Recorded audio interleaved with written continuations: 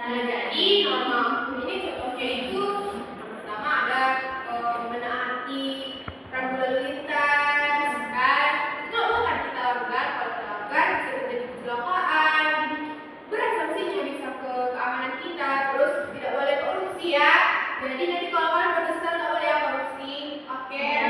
Itu nanti akan berdampak buruk ya. Dan akan mendapatkan sanksi yang berat juga dari negara kita ini. Oke? Baiklah, udah paham tentang apa itu norma dan jenisnya? Sudah, Bu. Baiklah, di sini kakak punya soal di mana kalian bisa menjawab soal ini ya. Kalian menjawab soalnya di sini nomor 1. Kak baca dari soal yang pertama. Apa itu pengertian norma dan sebutkan satu contohnya? Jadi bisa kalian terapkan apa yang kita bahas tadi ya, dan contohnya itu diambil dari kehidupan kita sehari-hari aja ya, supaya tidak susah. Oke, silakan dikerjakan.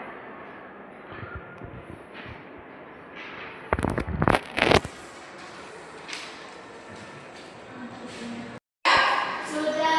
Sudah, coba diangkat ke depan.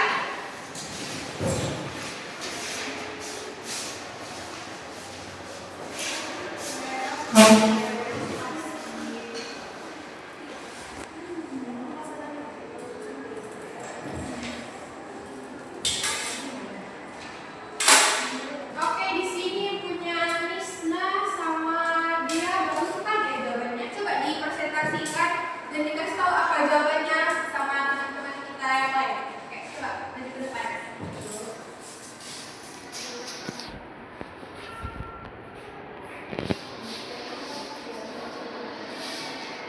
Baiklah, jawaban saya dari soal yang pertama itu apa pengertian dari norma.